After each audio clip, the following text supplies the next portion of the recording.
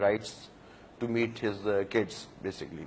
اچھا اس میں ایک چیز آپ سے پوچھتا چلوں, کلیئر کرتا چلوں کہ ڈیورس کا جو ہیئرنگ ہوتی ہے وہ ایک سیپریٹ کیس ہوتا ہے, وہ ایک اور کورٹ میں ہوتی ہے جی, فیملی کورٹ میں. فیملی کورٹ میں. بالکل. اور یہ جو کسٹڈی کا بچے کا ہوتا ہے یہ ٹوٹلی ڈفرنٹ ایک پروسیجر ہے, یہ ڈفرنٹ, اس کے لیے الگ کورٹس بنے ہیں, custodian.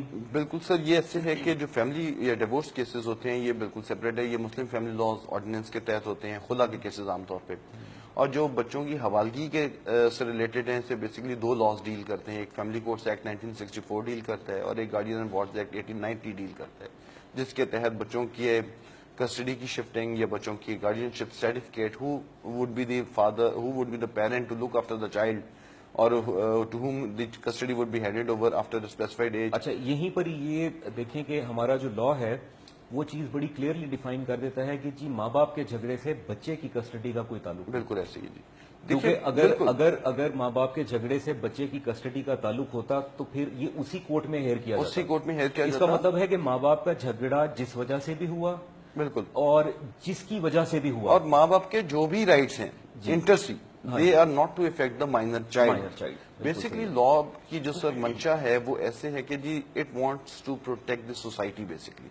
Law wants to protect the society, and society کی جو سب سے چھوٹی اکائی ہے وہ بچہ ہے, یونٹ ہے, سوسائٹی کا فیوچر ہے. کل اس بچے نے سوسائٹی میں ایک کارآمد شہری بننا ہے, اس کی شادی ہوگی, اس شادی کے بعد اس کے اپنے بچے ہوں گے, how he will manage his affairs.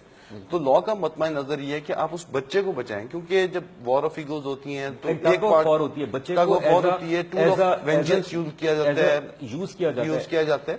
تو اس چیز سے بچانے کی خاطر لا بڑا اس بارے میں we must be thankful on this subject کہ جی لا ایک ڈاکٹرائن اسٹیبلش کرتا ہے ویلفیئر آف مائنر کی, یعنی کہ کسٹڈی کیس میں neither it is the mother nor the father who will matter, it is the welfare of the minor who will determine کہ یہ کسٹڈی کس کے پاس جانی چاہیے. And a court has to act as a locus parentis. Locus parentis ایک لیٹن term ہے جی, اور اس کے تحت یہ بنتا ہے کہ ایک عقل مند باپ کیسے بہیو کرتا ہے, یعنی کورٹ کو پیرنٹس سے تو دونوں پیرنٹس نہیں آ جاتے. نہیں, locus parentis generally how a wise father would act. اچھا, that is Latin form. That is a Latin form and just the definition. So court is required to act as a locus parentis, especially when dealing cases of custody. اور there are multiple judgments of the Honorable Lahore High Court on this subject کہ یہ عام cases نہیں ہیں, یہ property کے cases نہیں ہیں, یہ لین دین کے کیسز نہیں ہیں. These are the cases which are revolving around human sentiments, human beings کے کیسز ہیں, ہیومن لائف کے کیسز ہیں, and they should have to be taken on superior foundation, and they should be dealt with utmost care. Whereas ہمارے ہاں ہو یہ نہیں رہا, ہمارے ہاں اس کے خلاف ہو رہے. ہم بچوں کی ویلفیئر بچاتے unfortunately for the reason of our ہماری شارٹ کمنگ ہے کہ ہم کورس کو سمجھانے میں ناکام ہو جاتے ہیں کئی دفعہ کہ جی یہ بچے کی ویلفیئر نہیں ہے یا بچے کی بہبود کے خلاف ہے.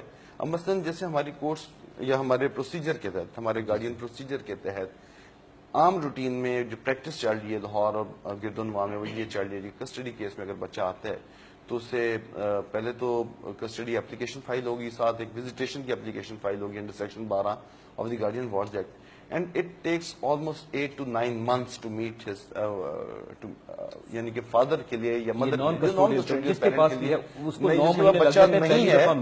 جس کے پاس بچہ نہیں ہے اس سے پہلی دفعہ اپنے بچے سے ملنے میں طلاق کے بعد 9 سے 10 مہینے لگ جاتے ہیں. اور آپ سوچ سکتے ہیں کہ اس وقت تک 9 سے 10 مہینے تک اس بچے کی کیا احساس ہوں گے, اس بچے کی کیا اپنے نان کسٹوڈیل پیرنٹ کے لیے جذبات رہ جائیں گے.